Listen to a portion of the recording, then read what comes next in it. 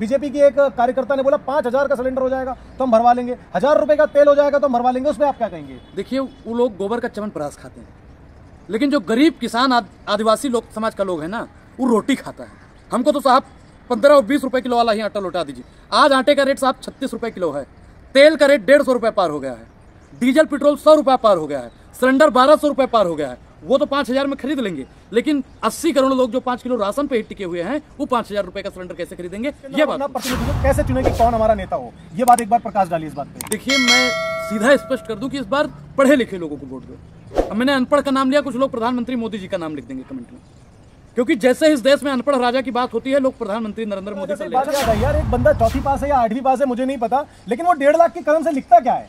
वो लिखता होगा भाई साहब, भाइयों बहनों मित्रों, 70 साल उन्होंने लूट लिया है। वो देख देख एक होता नहीं, नकल हमेशा होती है, पर बराबरी साहब हमारे गोंडा से हुए थे।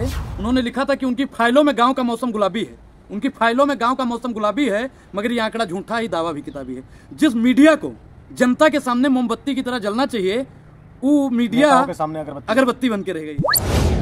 ये तो कहना कहीं दूर नहीं होगा और गलत भी नहीं होगा कि भारत का युवा और भारत का वोटर कैसे बौखलाया हुआ है, कैसे पागल है। वो एक भ्रमित है, वो ये कहता है मोदी नहीं तो कौन बे, तो मोदी नहीं तो कौन बे पे इस पे क्या कहेंगे आप?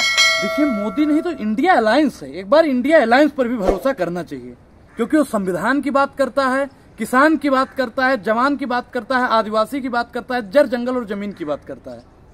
तो आप कहीं ना कहीं ये देखेंगे, पहले जो लोकतंत्र हुआ करता था, जो पहले के वोटर हुआ करते थे, वो आलू प्याज के रेट पर बढ़ने पे, आलू प्याज का जब रेट बढ़ता था उसमें सरकार बदल दिया करते थे। यहाँ पर लोग कह रहे हैं 1,000 का सिलेंडर हो जाएगा। अब तो नई बातें आई हैं, बीजेपी की एक कार्यकर्ता ने बोला 5,000 का सिलेंडर हो जाएगा तो हम भरवा लेंगे, 1,000 रुपए का तेल हो जाएगा तो हम भरवा लेंगे, उसमें आप क्या कहेंगे? देखिए, वो लोग गोबर का च्यवनप्राश खाते हैं, लेकिन जो गरीब किसान आदिवासी लोग समाज का लोग है ना, वो रोटी खाता है।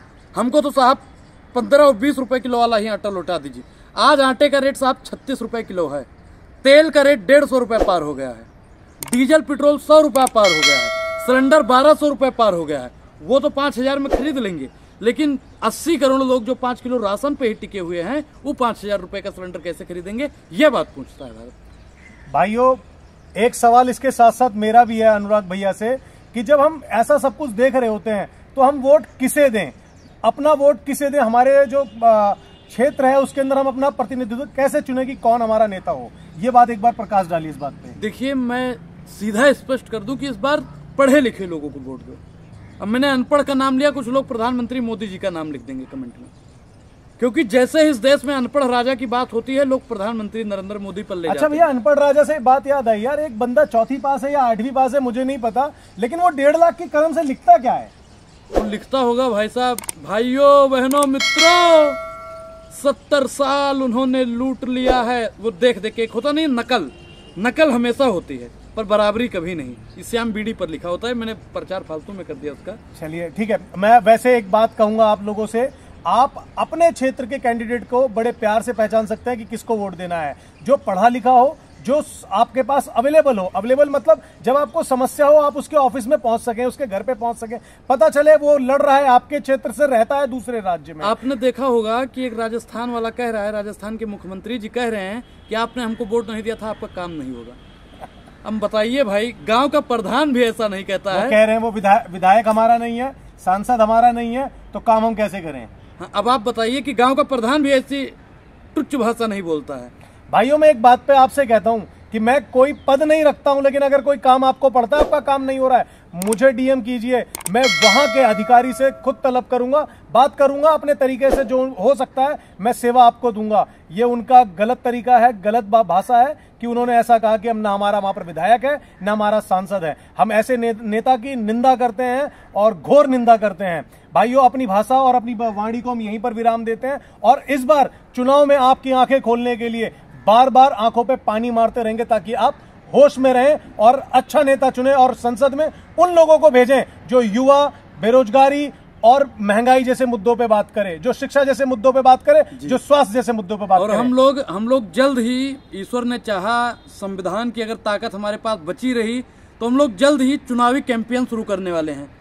और आप लोगों का सहयोग उसमें बहुत जरूरी है। हम जनसंपर्क में आने वाले हैं, आपके राज्य में, आपके घर में, आपके दरवाजे तक पहुंचेंगे, आपकी समस्याओं को सरकार तक पहुंचाएंगे कि कितनी धुंधली हमारी मीडिया हो चुकी है जो हमें दिखाई नहीं रही है। सिर्फ उस समय बीजेपी के महान कार्य दिखा रही है जो सिर्फ पेपर पे हैं, हमें नहीं पता वो एम्स कहां बने हैं। अदम गोडवी साहब हमारे गोंडा से हुए थे, उन्होंने लिखा था कि उनकी फाइलों में गांव का मौसम गुलाबी है, उनकी फाइलों में गांव का मौसम गुलाबी है, मगर ये आंकड़ा झूठा ही, दावा भी किताबी है।